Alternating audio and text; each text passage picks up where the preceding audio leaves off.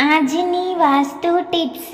વાસ્તુમાં દક્ષિણ પૂર્વ દિશાને અગ્નિનું સ્થાન માનવામાં આવે છે. આ સ્થિતિમાં રસોડામાં સ્ટવ અથવા ઓવન હંમેશા દક્ષિણ પૂર્વ કોણમાં રાખવું જોઈએ. વાસ્તુ અનુસાર સાવરણી ક્યારેય પણ ઘરમાં એવી જગ્યાએ ન રાખો જ્યાં આવતા જતા લોકો તેને જોઈ શકે અથવા કોઈના પગ તેને સ્પર્શી શકે. સાવરણી હંમેશા ઘરમાં છુપાવીને રાખવી જોઈએ. વાસ્તુ અનુસાર માચીસ અથવા લાઇટર પૂજા રૂમ અથવા ઘરની ખુલ્લી જગ્યામાં ન રાખવી જોઈએ, કારણ કે તે નકારાત્મક ઉર્જા આકર્ષે છે. આ કિસ્સામાં બંધ કપાટમાં જ માચીસ અથવા લાઇટર રાખો. વાસ્તુ અનુસાર રસોડામાં છરીને હંમેશા ઊંધી બાજુએ એક બોક્સમાં રાખવી જોઈએ અને કોઈએ સીધી છરી ન રાખવી જોઈએ. એવું માનવામાં આવે છે કે આવું કરવાથી સંબંધિત વ્યક્તિ સાથેના સંબંધો પર અસર પડે છે. વાસ્તુ અનુસાર ઘરનો ચહેરો જોવા માટે અરીસો પૂર્વ કે ઉત્તર દિશામાં લગાવવો જોઈએ. જ્યારે આ બંને દિશામાં મૂકેલો આરીસો શુભ હોય છે, ત્યારે બેડરૂમમાં મૂકેલો આરીસો જેમાં પલંગની છબી દેખાય છે તો તે અત્યંત અશુભ માનવામાં આવે છે. વાસ્તુ અનુસાર ઘરમાં હંમેશા ઉત્તર પૂર્વ દિશામાં દવાઓ રાખવી જોઈએ. વાસ્તુ અનુસાર પૂજા ઘર, રસોડામાં અથવા પલંગના માથા પર દવાઓ ક્યારેય ન રાખવી જોઈએ. એવું માનવામાં આવે છે કે આમ કરવાથી વ્યક્તિના રોગ વધે છે. વાસ્તુ અનુસાર શૂઝ અને ચંપલનો સંબંધ શનિ ગ્રહ સાથે છે, જેને હંમેશા ઘરની દક્ષિણ કે પશ્ચિમ દિશામાં રાખવી જોઈએ. વાસ્તુ અનુસાર પગરખા અને ચપ્પલ ક્યારેય ઘરના મુખ્ય દરવાજા પર કે અહીં ત્યાં ન રાખવી જોઈએ, કારણ કે તેને વાસ્તુમાં મોટો દોષ માનવામાં આવે છે. વાસ્તુ અનુસાર કાતરને રાહુ નામના છાયાગ્રહ સાથે સંબંધિત માનવામાં આવે છે, જેને હંમેશા યોગ્ય જગ્યાએ અને યોગ્ય રીતે રાખવી જોઈએ. નહીં તો તેનાથી ઉદ્ભવતી ખામી ઘરમાં રહેતા લોકોના પરસ્પર સંબંધોને અસર કરે છે. વાસ્તુ અનુસાર કાતરને હંમેશા કવર સાથે લપેટી રાખવી જોઈએ અને તેનો પોઇન્ટેડ ભાગ હંમેશા નીચેની તરફ રાખવો જોઈએ. વાસ્તુ અનુસાર ઘરના ઉત્તર પૂર્વ ખૂણામાં બનેલા પૂજાગૃહમાં ભૂલથી પણ પૂર્વજનો અથવા વિદાય પામેલા લોકોની તસવીરો ન લગાવવી જોઈએ. એ જ રીતે સુકાઈ ગયેલા ફૂલ, તૂટેલી મૂર્તિઓ અને નકામી વસ્તુઓ ઘરના કોઈ પણ ખૂણામાં ન રાખવી જોઈએ. વાસ્તુ અનુસાર ઘરમાં બેડને એવી રીતે રાખવી જોઈએ કે જેનાથી ઊંઘતી વખતે તમારું માથું દક્ષિણ દિશામાં અને પગ ઉત્તર દિશામાં રહે. આવું કરવાથી તબિયત સારી રહે છે અને જીવનમાં સુખ સમૃદ્ધિ રહે છે. વાસ્તુશાસ્ત્ર અનુસાર ઘરમાં ડાઇનિંગ ટેબલને પૂર્વ અથવા ઉત્તર પૂર્વ દિશામાં રાખો. જો તમે નીચે જમીન પર બેસીને જમો છો ત્યારે પણ દિશાનું ધ્યાન રાખો. જમતી વખતે મોં પૂર્વ બાજુ રાખવાનો પ્રયાસ કરો. એવી માન્યતા છે કે આવું કરવાથી ઘરમાં ખુશી જળવાઈ રહે છે. ભૂલથી પણ દક્ષિણ દિશામાં મોં રાખીને જમશો નહીં. આવું કરવાથી બીમારી વધે છે. વાસ્તુશાસ્ત્ર અનુસાર ઘરમાં એ રીતે નળ લગાવવો કે પાણીનો પ્રવાહ ઉત્તર પૂર્વ તરફ રહે.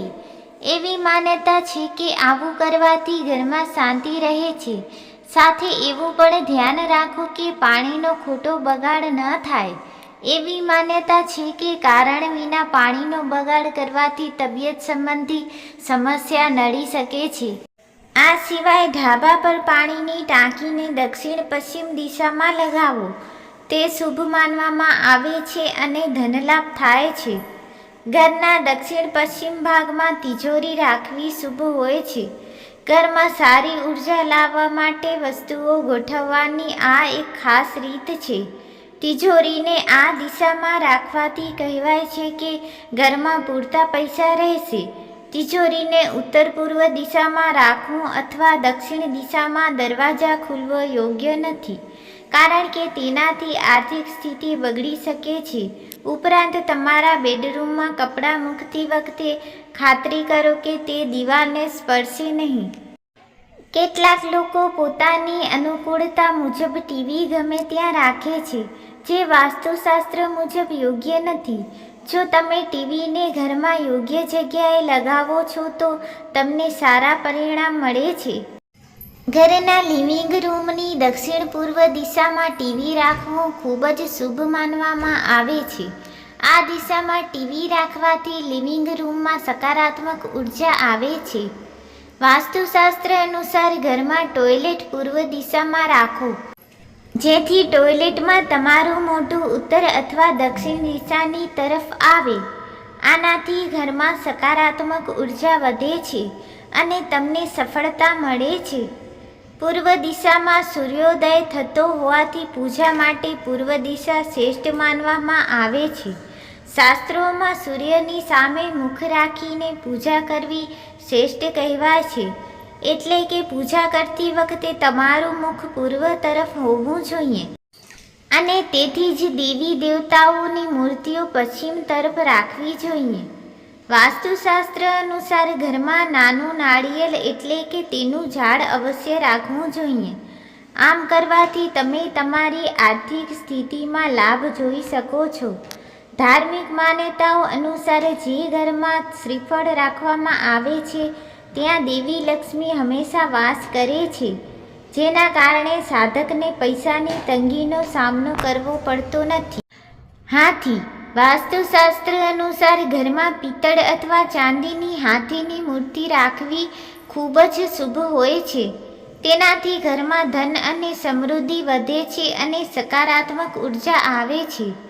વાસ્તુશાસ્ત્ર પ્રમાણે મુખ્ય દરવાજો ઘરના અન્ય દરવાજાઓની સરખામણીએ મોટો હોવો જોઈએ. તેમજ એ વાતનું પણ ધ્યાન રાખવું જોઈએ કે ઘરમાં 3 દરવાજા ક્યારેય એક લાઇનમાં ન હોવા જોઈએ. ઘરમાં સાત્વિક ખોરાક લો. ઓછામાં ઓછું સવારે અને સાંજે ભગવાનની પૂજા કરો. એક દીવો પ્રગટાવો અને ભગવાનને પ્રાર્થના કરો કે તેમના આશીર્વાદ બધા પર રહે.